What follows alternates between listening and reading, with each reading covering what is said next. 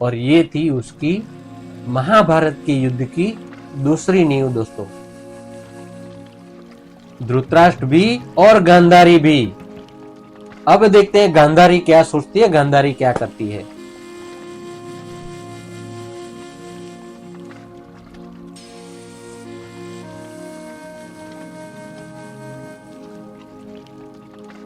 नमस्ते मित्रों, जय श्री कृष्ण।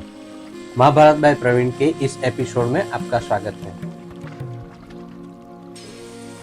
वैशंपाये एण पेर बोल्या सुन जन में जय राय, विस्तारी तुझने संभळावू आद्य पर्व महिमाय। मृगया रमवा पांडु राजा अश्व बेसी गयो वन्न, जाता जाता જાય છે ત્યાં કેવું થયું વિઘન। એક ગામનો વિપ્ર હતો 12 વર્ષ પરણ્યો નારી, પછી ગયો વનમાં તપ કરવા 12 વર્ષની यमधारी। दोस्तों, पिछले एपिसोड में हमने देखा कि पांडु राजा अपने घर से मृगया खेलने के लिए, मतलब शिकार करने के लिए अपने हस्तिनापुर, अपने राजधानी से निकलता है। अगर ये एपिसोड आप देखना चाहते हैं तो आपको आई लिंक में मिल जाएगा। बाकी के आगे के जो वीडियोज है वो सब अगर आप देखना चाहे तो आपको डिस्क्रिप्शन में मिल जाएगा। वो अपने हस्तिनापुर से, अपने महल से मृगया खेलने के लिए निकलता है सज्ज होके, अस्त्र शस्त्र लेके। पर उसके लिए वो वन जाता है, वहां क्या विघन होता है वो आज हम देखते हैं। किसकी किस्मत में क्या लिखा हुआ है। एक गांव था, उसमें एक विप्र ब्राह्मण रहता था। वो 12 वर्ष से शादी की उसने, और उसके बाद वो 12 साल का नियम लेके वो तप करने के लिए वन चला जाता है। वो उसी वन में जाता है जहां वो ब्राह्मण तप करता है। उसी वन में ये राजा, पांडु राजा, मृगया खेलने के लिए, शिकार करने के लिए जाता है। तेने 8-10 वर्ष थया तो तेन नारी जे हो, माँ बाप विनानी हती काका घेर सासरे आवी तेह। पुत्र विना शू करे वहुने सासुए मरड्यु मुख, आवी तेथी घेर राखवी पड़ी पण देवा मांडी दुख। अब उसने जो 12 साल की उम्र में शादी की थी, वो गया था 12 साल का नियम लेके तप करने के लिए। उसकी नारी जिससे उसने शादी की थी वो 7-8 साल हुए, तो 8 साल के बाद वो नारी जो है वो वापस अपने ससुराल आती है। उसके माता पिता तो थे नहीं, काका के घर रहती थी। वो काका के घर रहती थी, वो अपने ससुराल में आई। अपना लड़का नहीं था, उसकी नारी आई, पुत्र वधू घर पे आई, तो सासू का मुंह बिगड़ गया कि ये बच्चा, मेरा लड़का तो है नहीं, एक लड़की घर में रख के मैं क्या करूंगी। तो सासू को अच्छा नहीं लगा वो उसका आना। उसको लोक लाज की वजह से घर में रखना पड़ा। अब वो बोझ लगने लगी। नित्य मोकले काष्ट वीणवा ए अबड़ा वन जाय, स्वामी गयो छे तप करवा ने तेथी दुख बहु थाय। एवामां पांडु राय निकळ्या ते दिन वनमा नार, काष्ट वीणे एवे तप करीने घेर आव्यो भरथार। ये कर्म की कठिनाई है दोस्तों। ये महाभारत हमको यही सिखाता है कि आपके कर्म आपको कभी छोड़ते नहीं है। उसमें से पहला कर्म ये करने जा रहा है पांडु राजा। वो जा रहा है शिकार करने। वो जिस वन से जा रहा है उसी वन में वो ब्राह्मण जो 12 साल का तप करने गया है, उसकी नारी काष्ट लेने जा रही है। और उसी वन में से वो 12 साल का तप करके वो विप्र है, जो ब्राह्मण है, वो ब्राह्मण वहां से तप करके घर आने के निकलता है। और वो बीच में उसी वन में कहीं न कहीं कुछ कांड होता है, जो हम इसको आगे देखते हैं। ते नर नारी थई गया भेगा, ब्राह्मणीए ग्रह्यो हाथ, अरे रे तम विन गणी दुखी भले आव्या मम नाथ। ब्राह्मण कहे चालो घरे जइए, ब्राह्मणी वधी वचन, ऋतु आपो आ वन विषे पछी जशु भुवन। अब ये जो ब्राह्मण जा रहा था उसी वन में पांडु भी जा रहा था, और उसी वन में वो ब्राह्मण की पत्नी भी थी। ब्राह्मण तप करके वापस आ रहा था, उसने अपनी पत्नी को देखा उसने अपने पत्नी को देखा और पत्नी ने अपने पति को देखा। 12-12 साल के वियोग के बाद वो पत्नी उसके पति को देख के उसका हाथ पकड़ लेती है और हाथ पकड़ के बोलती है, वो ब्राह्मण बोलता है कि चलो अब हम घर चलते हैं। ब्राह्मणी बोलती है, नहीं नहीं नहीं, हम घर अभी नहीं जाएंगे, हम जाएंगे जरूर, पर मेरी एक शर्त है, आप मुझे अभी के अभी इसी वन में ऋतुदान देते हैं तो ही मैं घर पे आपके साथ चलूंगी। ब्राह्मण कहे, सांभळ नारी नहीं मनुष्य नो धर्म, दौड़े दिवसे क्रीड़ा करवी पशु पक्षी नु करू। ब्राह्मणी कहे, हठ न मूकू ओरे मारा नाथ, तो ब्राह्मणे तुमड़ी माथी जड़ली दू छे हाथ। ये स्त्री हठ है। वो बोलती है कि आप जब तक मुझे ऋतुदान नहीं देंगे तब तक हम घर नहीं जाएंगे, और ये हठ है। ब्राह्मण बोलता है कि ये गलत है। दिन में इसने प्रकाश में अगर ऋतुदान करना वो पशु पक्षियों का काम होता है, हम मनुष्यों का नहीं। पर ब्राह्मणी हट करती है, इसलिए ब्राह्मण अपनी तुमड़ी में जो जल था उसको अपने हथेली में लेता है और उसके अंदर जो 12 साल तप करके आया था उसमें से 1 साल का तप वो जल में डालता है। 1 वर्षનું તપ મૂકી કામ કીધું અનુપ, બ્રાહ્મણ બ્રાહ્મણી બેઉ જણે ત્યાં ધારણ કર્યો મૃગ રૂપ। પશુ શરીરે ક્રીડા આરંભી, વાંકી છે કર્મદશાય, મૃગ શોધતો ત્યાં આવી પહોંચ્યો બળવંત પાંડુરાય। क्या हुआ दोस्तों कि यहाँ पर ये तो करना था, ब्राह्मणी ने हट ली और हट करके वो बोली कि नहीं आप मुझे ऋतुदान दीजिए तो ही जाएंगे। ब्राह्मण ने उसकी इच्छा पूरी करने के लिए अपने 1 साल का तप डाल के वो पानी में उसको मंत्र जलित किया। उसी जगह पे उसने अपना और अपनी पत्नी का मृग स्वरूप लिया, एक मृग और मृगया। और वहीं पे पांडु राजा बलवंत पांडुराय वहां पे क्या करने के लिए आया है? शिकार करने के लिए दोस्तों, और मृगया खेलने के लिए आया है, मृग का शिकार करने के लिए आया है। और सामने मृग देखेगा तो देखते हैं क्या करता है वो। पशु शरीरे क्रीड़ा आरंभी, वाकी छे कर्मदशाय, मृग शोधतो त्या आवी पહોંચ્યો बलवंत पांडुराय। પાંડુરાજાએ મૃગ લઈને દૂરથી દીઠા જ્યારે, બાંધવાનો હેતુથી બાણ ફેંક્યું ત્યારે।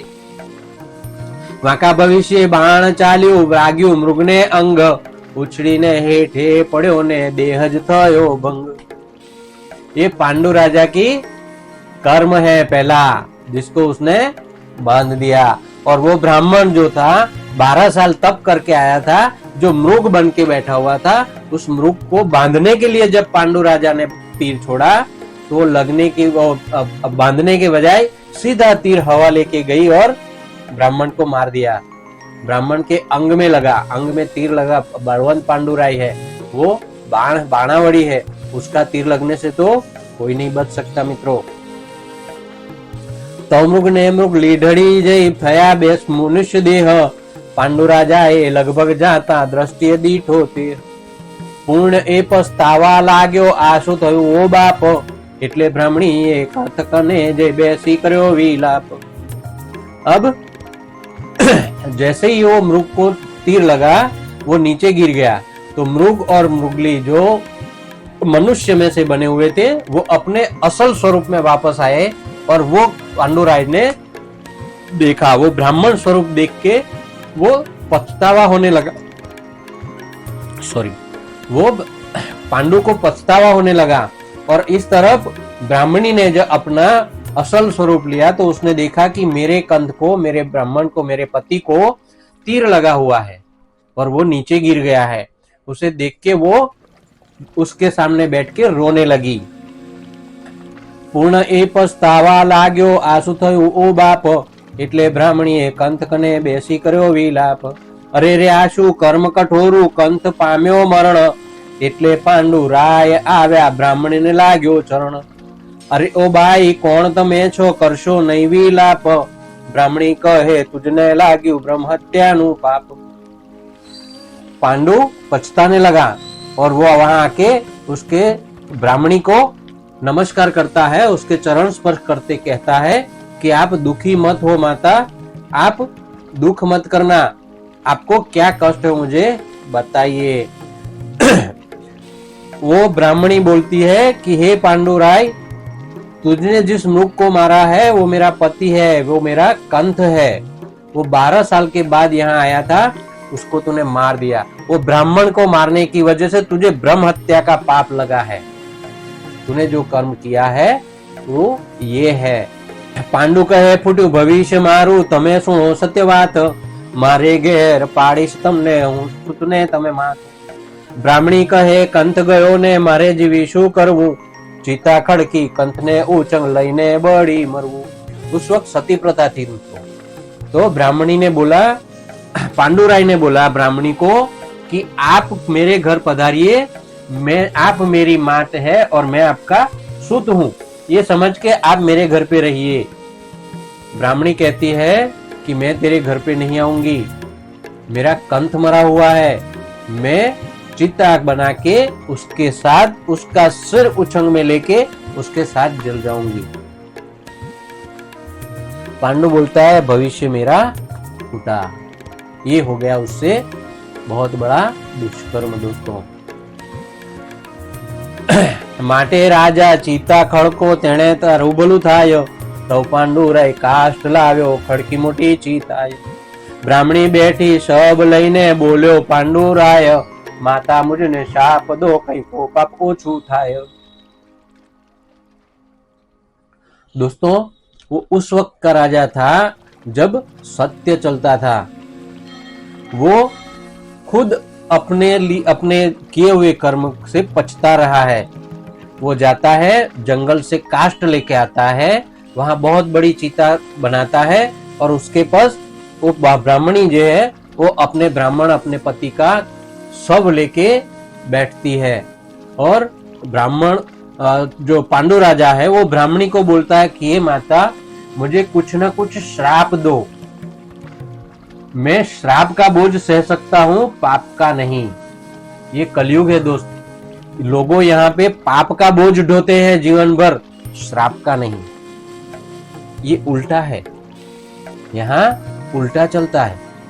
लोग बोलते हैं पाप करेंगे, श्राप कोई नहीं देता, कोई मांगता भी नहीं है। वो पाप का बोझ ढोते रहते हैं, जीवन भर पाप का बोझ ढोते हैं। जब पाप बढ़ जाता है तो वो भुगतते हैं अपने आप। यहाँ पांडु राजा है जो सामने से बोलता है कि मैं ब्रह्म हत्या का पाप ढो नहीं सकता माता, मुझे कुछ न कुछ श्राप दो। ब्राह्मणी कहे छे जारे गांडा सीध मागे छे शाप, पांडु कहे शाप वेठा से नहीं वेठाय पाप। એટલે બ્રાહ્મણી ક્રોધમાં બોલી મહારાજે ઉતારું થાશે, તુજ નારીને ઋતુ આપતા તારો જીવ પણ જાશે। वो ब्राह्मणी बोलती है कि वो पागल राजा तू श्राप क्यों मांग रहा है। तब पांडु कहता है कि मैं पाप नहीं ढो सकता, मुझे श्राप दीजिए, मैं श्राप ढो सकता हूँ, मैं श्राप में कुछ कर सकता हूँ, पाप नहीं।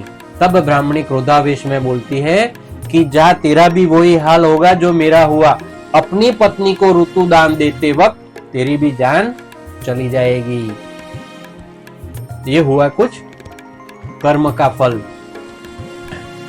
પાંડુ રાજા કહે ભલે માતાજી, કઈ મૂક્યું અગ્નિનું બાણ, તેમાં નર નારી બેઉ બળ્યા નીકળી ગયા પ્રાણ। પાંડુરાય ઘેર આવ્યા સકળ દેશનો ભ્રૂપ, બ્રહ્મ હત્યા લાગી તે કારણ થઈ ગયું સ્વયંભૂ।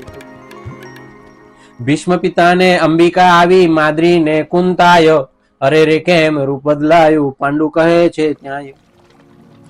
પાંડુ રાજા अग्निदाह देके वो चिता में ब्राह्मण और ब्राह्मणी को अग्निदाह देता है और वापस घर पे आता है।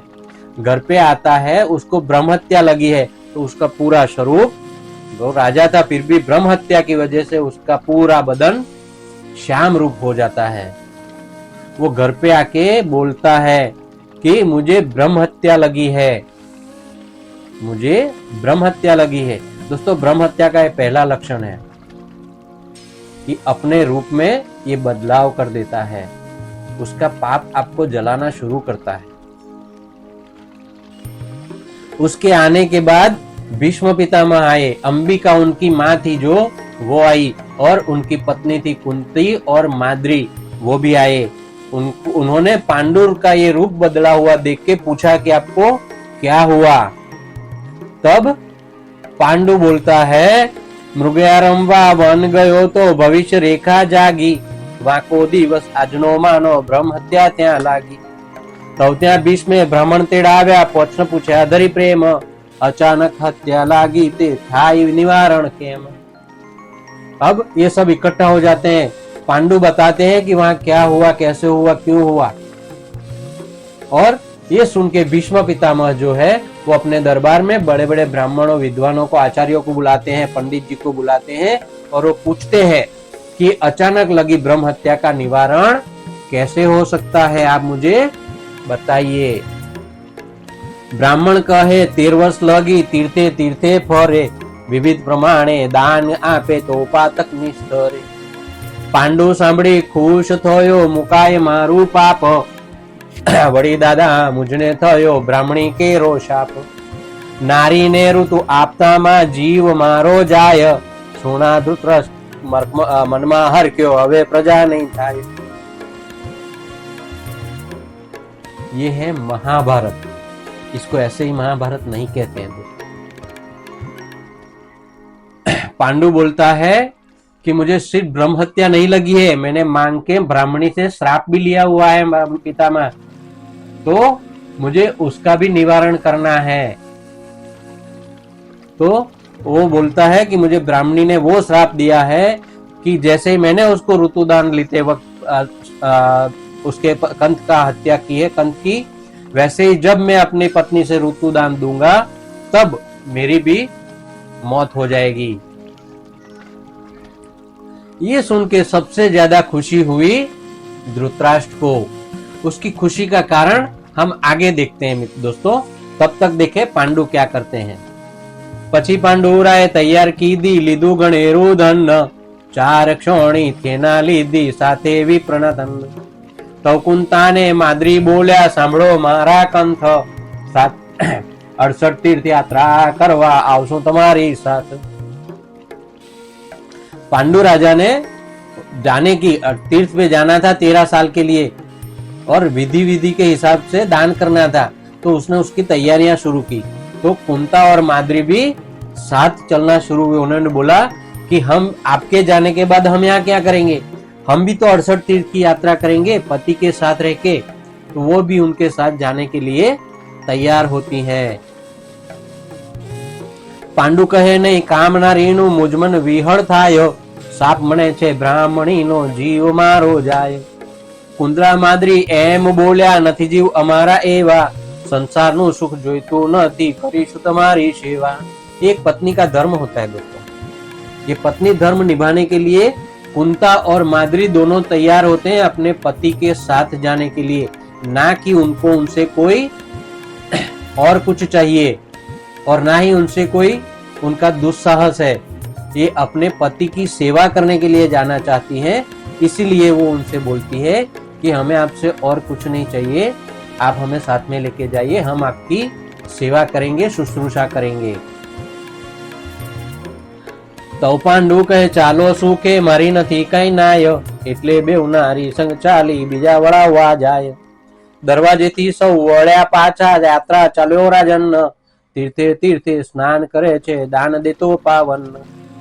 तब पांडु राजा ने बोला कि अगर आपके दिमाग में आपके साथ कोई मलिन व्यवहार नहीं है, मलिन विचार नहीं है, तो आप मेरे साथ चल सकती हैं, वरना आपकी वजह से मेरी जान जाए, ऐसा नहीं होना चाहिए। ऐसा बोल के, ऐसी शर्त करके पांडु राजा अपनी दोनों पत्नियों को अपने साथ ले जाने के लिए तैयार होता है। कुंता और माद्री दोनों उसके साथ जाने को तैयार थी, वो अपने साथ चलते हैं। पांडु राजा सबका प्रिय था, तो दरवाजे तक राज्य की प्रजा उनको छोड़ने के लिए आती है। दरवाजे तक प्रजा आती है, दरवाजे से वो वापस जाती है, और पांडु अपना थोड़ा सा जो सेवक है, अपना धन है, वो सब लेके अपनी पत्नियों के साथ यात्रा करने निकलता है। वो तीर्थ तीर्थ घूमता है और विधि के हिसाब से दान दक्षिणा देते हुए जा रहा है। एम करता खटमास वीत्या तेवे समय शुं थाय गांधारी ने धृतराष्ट्र बेऊ बैठा छे एकांतमाय तेवे समय धृतराष्ट्र बोल्या मम भाई ने थ शाप नारी ने ऋतु देता जाए जीव ए मळे एना पाप। बड़ा भाई है और ये छोटे भाई के लिए खुश हो रहा है। मित्रों ये जो है मैंने बोला था कि ये पहली नींव रखी थी किसने? गांधारी ने। महाभारत के युद्ध की पहली नींव गांधारी रख के आई है। उसका ब्याह किससे हुआ? हस्तिनापुर के अंध राजा धृतराष्ट्र से। अब यहाँ धृतराष्ट्र का काम देखते हैं दोस्तों। वो धृतराष्ट्र को खुशी हो रही है, भाई के जाने के 6 महीने के बाद वो अपनी पत्नी के साथ एकांत में बैठा हुआ है और वो अपनी पत्नी को बोलता है कि मेरे भाई को उसकी कर्म का फल मिला है, उसको अब ऋतुदान नहीं दे सकता, ऐसा श्राप लगा हुआ है, तो उसकी वजह से उसकी यहाँ पैदा बच्चे होंगे नहीं। अब वो खुश हो रहा है कि अपने भाई के यहाँ बच्चे पैदा नहीं होंगे। हवे प्रजा नहीं एने थवानी चाहे ते उमरे मथी त्रीजो बंधु विदुर एना भविष्य में बाळक नथी। एवामां थाय पुत्र आपणे तो सरे सरे शुभ काज अपना दीकरा एक लावो भोगवे सगड़ू राज। ये उसकी खुशी की वजह थी कि मेरे एक भाई को तो पुत्र होने ही नहीं है, दूसरे भाई को श्राप लगा इसलिए पुत्र नहीं होंगे, उसकी प्रजा नहीं होगी। तो इतना बड़ा हस्तिनापुर का राज्य जो इतना बड़ा साम्राज्य पांडु राजा ने अलग अलग देशों को जीत के बनाया है, वो सिर्फ अगर हमें बच्चे पैदा होते हैं तो वो भुगतेंगे, उसमें कोई भाग भोग नहीं होगा। ये थी उसकी खुशी की वजह और ये थी उसकी महाभारत के युद्ध की दूसरी नींव दोस्तों। धृतराष्ट्र भी और गांधारी भी। अब देखते हैं गांधारी क्या सोचती है, गांधारी क्या करती है। तो गांधारी एम बोली सांभळो मारा नाथ જોઈએ તેટલા આપું દીકરા કહું મૂળવા માંડી વાત। તમને પરણવા કારણે દોષમુખ વાગે યાત્રાય સૌથી ફરીને વળ્યા પાછા ગયા કુંતલપુરમાય। ત્યાં મારી દેરાણી કુંતાજીને હું છેતરીને આવી એના વતી દુર્વાસા કનેથી 100 सूतનો મંત્ર લાવી। अब ये भी कोई कम तो नहीं थी ना, बिल्कुल सही है, उसने तो बहुत पहले नींव रख दी है अपने विनाश की, अपने कुल के नाश की नींव उसने सबसे पहले रख दी है। कुंता को उससे विश्वासघात करके उसका 100 पुत्रों का मंत्र वो कैसे लेके आई है वो धृतराष्ट्र को बताती है। अगर ये वीडियो आप देखना चाहते हैं तो आई बटन में आपको लिंक मिल जाएगी दोस्तों, आप जाके वो वीडियो भी देख सकते हैं। धृतराष्ट्र को गांधारी बोलती है आप बोलो आपको किसने पुत्र चाहिए, मैं आपको 100 पुत्रों की भेंट दे सकती हूँ।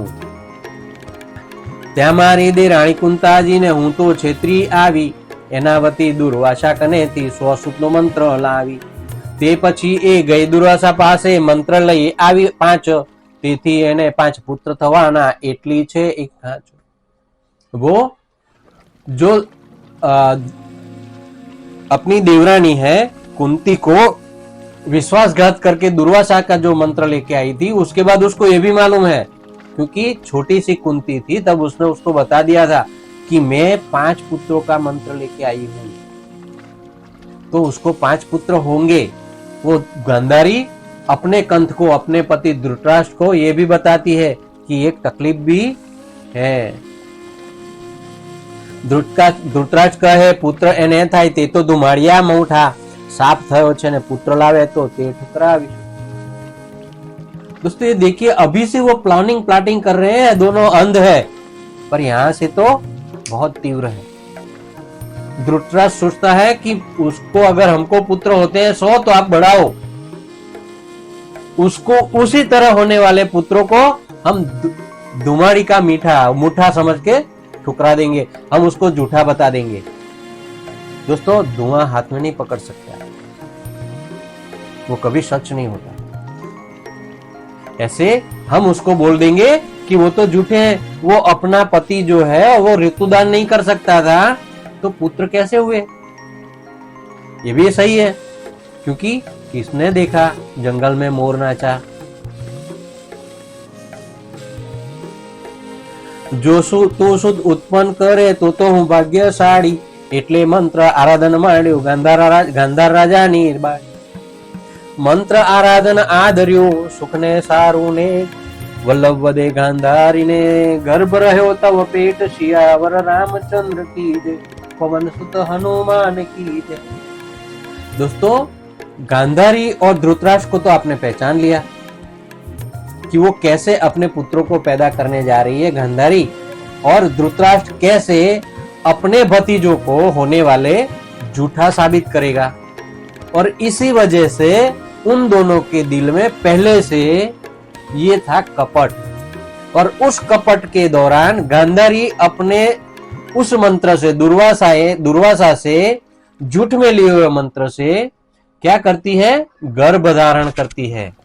दोस्तों, आप ही सोचो, जो नींव झूठ पे रखी है उस नींव को आप सच में कैसे बदलेंगे? जिसकी नींव ही झूठी है, जिसके नींव में, जिसके पालन और पोषण में ही पूरा झूठ है, पूरा कपट भरा हुआ है, उससे आप अच्छी बातें कैसे सोच सकते हैं? गांधारी ने मंत्र लिया तब कपट, गांधारी ने कुंती को देखा तब से कपट, और यहां आके हस्तिनापुर के अंध राजा धृतराष्ट्र के मन में कपट, अपनी राजगद्दी को बचाने का, अपने पुत्रों को सुख वैभव देने का, और उसके अंदर सबसे पहले रखा झूठ. इस झूठ के बेस पे, झूठ पर रखा हुआ, रचा हुआ ये महल कितना टिक सकता है दोस्तों? यही है महाभारत की कहानी. यहाँ कड़वा नंबर 21 समाप्त होता है, और यहाँ की स्टोरी के बाद अब आप देखेंगे आगे क्या होता है. अगले वीडियो तक के लिए जय श्री कृष्ण.